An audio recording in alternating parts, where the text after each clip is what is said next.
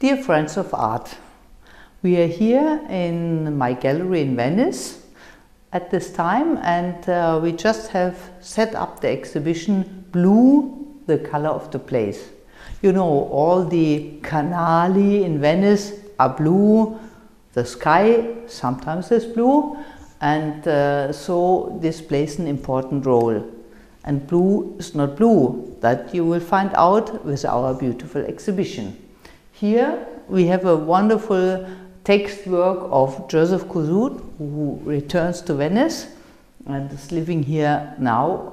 And it was a text of a work of 1991 from Wittgenstein. It's a text, and I think it gives more or less the title of the show. And I'm very pleased to show it here in my gallery.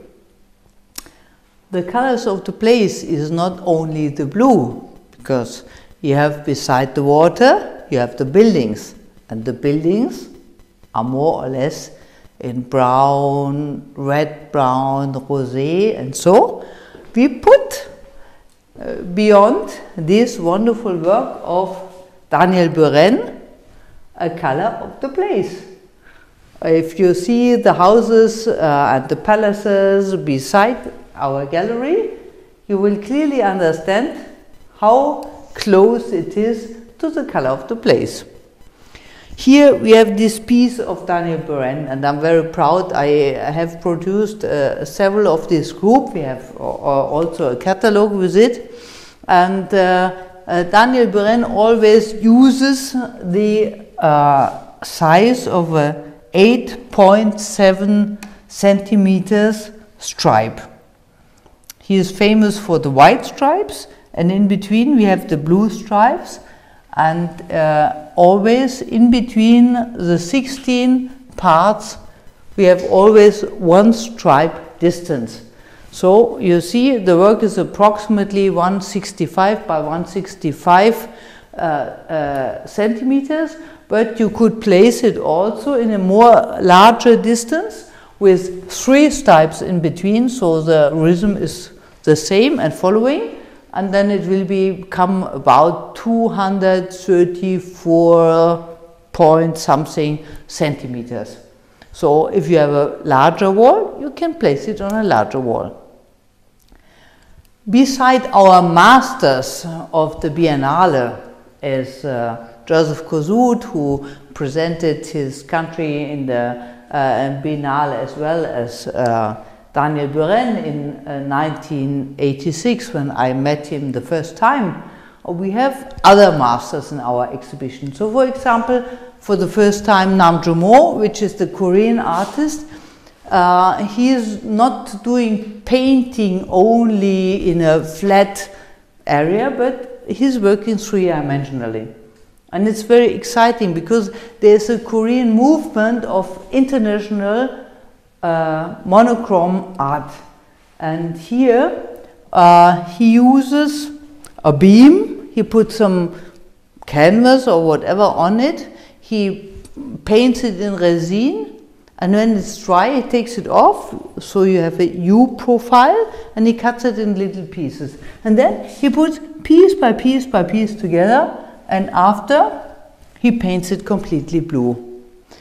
It's a very typical way of his type of work, and it's really difficult to get this work in Korea.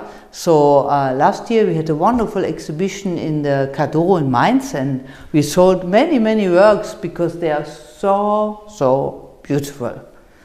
But during the time of Corona, he didn't leave his studio so much, and he started again to paint.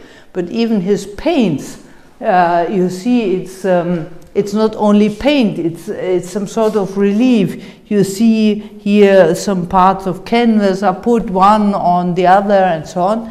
But the Asiatic artists, they paint very different to the European artists. They paint they concentrate in the beginning very much, and concentrate and concentrate and concentrate, and then they start to work very fast. they put the stroke lines, as the work is called, very fast. And there's it's a fascinating combination of energy and quiet. And it's very beautiful in this color blue. So here, from the artist from Netherlands, Jan van Munster, we have one of his brainwaves. But the brainwave is a hanging brainwave. It moved to a hanging brainwave. In earlier times, he used to take his EGG line, and then he took one part of it and he transformed it to a brainwave. And the brainwave, if you consider the word and the form, you see if people are thinking, they produce a certain movement of the brain. And with the EGG line, you can count or calculate or see or visualize this thinking. And he says he's working as always works with the energy of the sculpture, the energy of the artist. He always works with energies. So he tried to make this line visible. So he used a neon light to follow the line of his EGG line. And we had some art and architecture projects with him for the KfW, the Credit Bank of Germany, and we put an 8-meter long brainwave in blue, by the way, for the main consulting room, and it was fun, wonderful. It was really fantastic. And now this is a new development. It's from 22, so it's a really new work. So this brainwave gets more lazing around, let's say. It's not so strict, but it's hanging, comfortable, friendly, free. So from Jan van Munster we go to Reinhard Roy. He's a German artist coming from East Germany in earlier times, and his invention, let's say, it's a grid. So here's a blue canvas in which is painted a blue square, and then he takes a grid. It's a metal grid with many holes in it, round holes, and then he puts the grid on the surface and he paints it. But he puts the grid and then he moves it a very little bit and paints another color. So that why we have this incredible result. We don't have only circles, but we have circles with a little shadow. At least it seems like this, because there are little circles behind. And then on top here's the red one, and so it looks like the circles becoming little balls, 3-dimensional. It's fantastic. And then here from Arne Quinze, our more or less one of the youngest artists, we have a new work. It's very special. We showed of him the red woodworks, Chaos Live, Chaos Box, Speed on Will, and so on. But when I invited him to participate in this exhibition, he presented me his new works. And it's something completely new for me. I have to consider, I have to think myself about this. But it's interesting because Arne has a wonderful feeling for forms.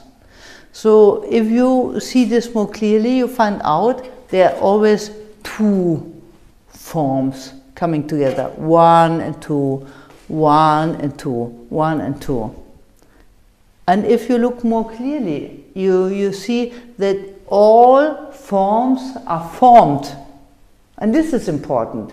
It's not something that is becoming by accident, by casual. No. Arne is always very precise to form his forms. And another thing which is really extremely interesting for me, that even if I'm out of politics and all these things, but he said cities should be like open-air museums. So he always put sculptures in the architecture, in landscapes, in cities and everywhere, because he wanted that people have the chance, even without paying the entrance for a museum, without having the fear to enter a gallery, whatever, to see art, to live with art, to be with art. And somehow they are organic, somehow they look like nature's, but they're all constructed. And this is the interesting thing, they're all constructed. It's not just becoming, it's decision. It's constructive decision, even if it not looked like the first moment. And here we have a small brother, sister, to be gender correct, of this new group of the chrome works. It's a metal, it's painted and it's formed. And I have really to admit that Arne has a wonderful feeling of construction, of form, and if you look the whole work together, beautiful, isn't it? So we have here our little sweet, wonderful sculpture of Loro. I really love it. It's un tesoro. Yeah, it's a beautiful sculpture. It's of thousands and thousands little pieces of paper, Japanese paper, on a body of styropor, polyester, and covered with paper, and then on a pyramid, because the queen has to be on a pyramid, no?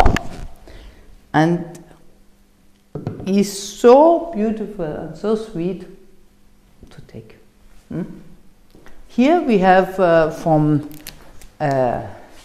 Mohammed Qasim, our artist from Dubai.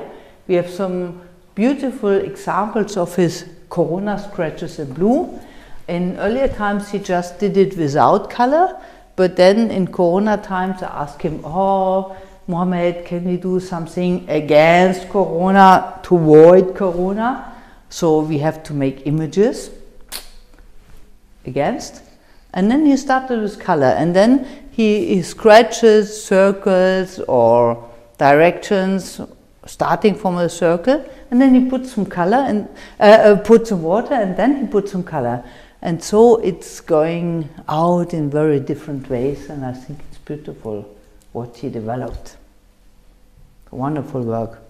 So from our Nam Jumo, the Korean artist, we have here some it's very, maybe not so easy to see, but they are very typical and very beautiful works. This is a beautiful beam work. So here he put the lines that he took from the resin, horizontal and vertical, and here he put little pieces and he cut up the top, so it becomes a play between white and blue. Wonderful, absolutely wonderful, and not at all expensive, by the way. So from our Fabrizio Plessi, here it's really the rhythm of poetry. I would say the rhythm of poetry. It's so beautiful to see how the water is going up. Some drops are falling down, but behind the water is going up. It's a film that changes and moves, but now it's falling down, disappears, and then it comes back later. But Plessi is the one who helped me to found the gallery here more than 20 years ago, and is growing again, slowly, coming up, step by step, rising more and more. It's really beautiful. And it's optimistic.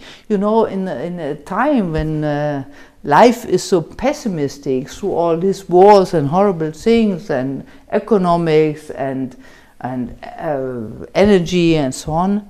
It's so beautiful to see a work which is optimistic, isn't it? I really enjoy to see how it's growing and growing and growing against gravity. You have to imagine life is gravitation. So things which has some weight is falling down. But here it's the opposite. It's going up. It gives optimistic energy. So from Italian to Italian, we have here Dorothea, the other Italian artist. Unfortunately, he died in 2021 through Corona. He was 91 years old, and he was very careful, but it happens. But this is a wonderful piece. It's a quite recent piece. Some years ago he made it. It has this wonderful blue of Yves Klein, one of the zero surroundings. But it's so nice how the ovals, they talk to each other, they dance with each other. It's so living, the work, and it's a wonderful blue, and I'm really happy to have this, and I'm really happy to show this. And from this wonderful work of Dorothea, we go to the work of Robert. This is called Stairs, Stairway to Heaven. It's a typical Japanese paper we have in blue and white, and it's a typical gold leaf. If you're quite close to it, it looks like an abstract work. But if you have a little distance, you understand that the golden parts are the place where you step on, and the blue part are the places which are vertical. So you can walk, or you stand here, you can walk all the steps here, you arrive here. From this to this point, it changes, but it's still working until you arrive here. It's a quite interesting thing. And you have to imagine that the artist is working in a horizontal plane, and already to start to find the center is not so easy. I mean, it's some time away, and then she has to consider how many elements she puts, how the direction is of these elements, and what is blue, what is gold, and she has to decide this blue. All the colors which are not white are decided by the artist, so the assistants have to paint them. And I think it's a wonderful work, a wonderful example of how the creation of an artist who does not use any computer, who does not use any other helpful materials beside a pencil, a ruler, and maybe a circle, to create these complex forms. And the artist is almost 90 years. She's getting 87 in some short weeks. And it's incredible as construction as this, and it's a really beautiful work.